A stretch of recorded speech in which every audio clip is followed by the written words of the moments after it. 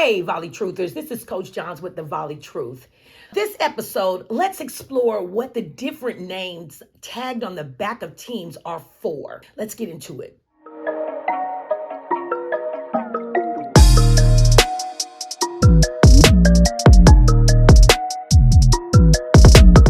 12 American, 15 Premier, 17 Blue, 18 Black, or 13 3 Ninja. Names have all of these cute names on the end of the teams, which hold a ton of meaning inside and outside the club. These name endings help rank teams from strongest to weakest inside that particular club, but don't confuse the names attached to the teams. They don't necessarily mean that the team is at that skill level to actually compete at those high levels or during any given USAV or AAU tournament. For example, a team could be named Out of This World Volleyball Club or OOTW VBC with a team called 16 National. Now, if you have watched the episodes on USAV tournament levels, you would assume that this OOTW 16 national team was pretty darn good just by looking at the name, right? Let's say when you see them, they are playing in one of the different tournament levels, especially open, but they play like a bunch of newbies. No shame. If you have been in this game long enough, you have seen exactly the teams that I am talking about, leaving us thinking, wow, like, why are they called national when they play as if they should be in American? This could be happening in the reverse as well.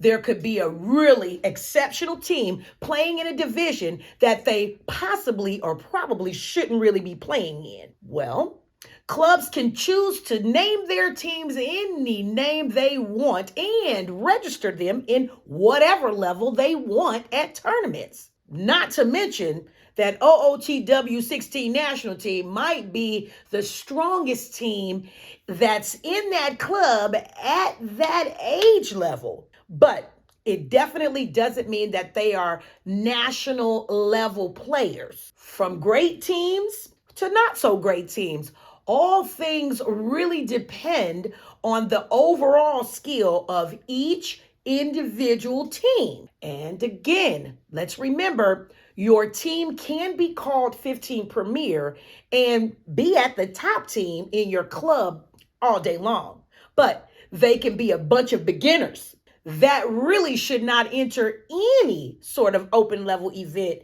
at tournaments, or they can be the 17 Mighty Mice and wreak havoc at tournaments in the open level division or whatever division you put them in. So don't get caught up on labels and names, because I know some clubs that have age groups that run with only one team per age group, while there are other clubs that run 4 to 5 levels deep per age group. That is until around age 16, when players begin to decide if volleyball is really right for them. A lot of players quit, a lot of people keep going.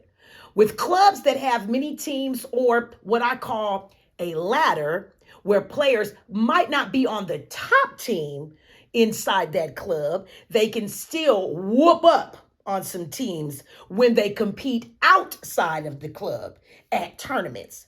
Those 2s, 3s, and sometimes 4s and 5s teams are loaded with extremely strong players. They are just not strong enough, fast enough, or aggressive enough to make whatever the club is their strongest top team yet.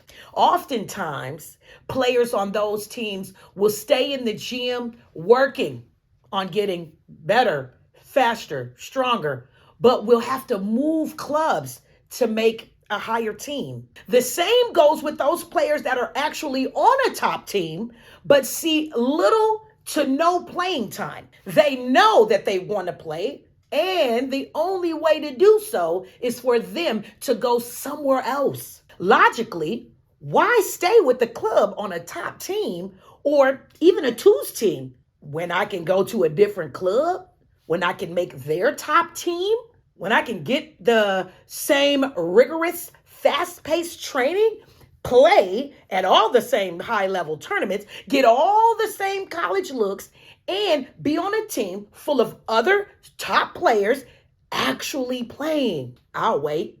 Story time.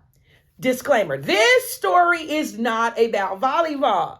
So I have a friend with a daughter that plays basketball. Again, I stress to you, I know that this is not a volleyball story, but it all ties in together with the theme. I promise. One summer, I went to watch her daughter play. Now, her daughter was really good. And I mean, she's really, really good. So my friend was frustrated at some of the movements or shifting going on within the different teams around the travel basketball circuit, right? That's AAU basketball.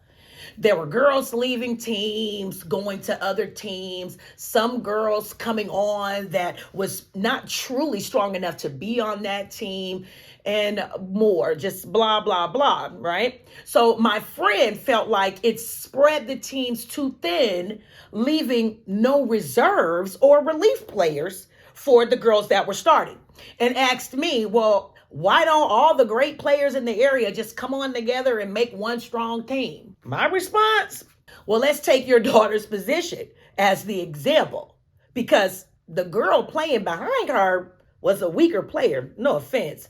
I asked her, why would a strong guard come to this particular team only to play backup to your daughter?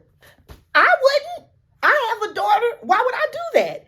Especially when I know that my daughter can play somewhere else and start. Would it make sense for me to leave her on your daughter's team outside of one, using the year as a training year to get better, faster, stronger, because that's what the club is known for? And I know that my daughter is not where she needs to be yet. Or the recognition of the club, which there are a lot of parents and players that will stay with the club and never get onto the floor just to carry the backpack and or wear the uniform with the name of that high profile club on it. Really, parents? So let me get this right. You're going to shill out thousands upon thousands of dollars on the name of a club in the hopes of getting a scholarship? Nah, I think I'm good off that. No matter, either way, these are the decisions of parents. And let me just stick this in here right now, okay? If I hear one more time from parents that I'm letting my player stay on a team because she wants to stay and be with her friends, then you should never open your mouth to complain about training, players' skill levels, or the lack thereof, or playing time, because your player is there for the social aspect of volleyball, not to actually play. Some things to remember. One, the call name for teams distinguish the level skill within a given club. Two, the names attached do not have to reflect the skill levels at tournament. Three, don't get stuck on a club because of the prestigious name or the reputation. Four, why are you choosing that club? Know what you're doing. Five, are you getting what you paid for from that club? So checking in with yourself with all of these aspects will help parents and players make the best decision as your volleyball journey continues. That's all for now, but if you like the content, leave a comment below, spike the like button, and subscribe to my channel.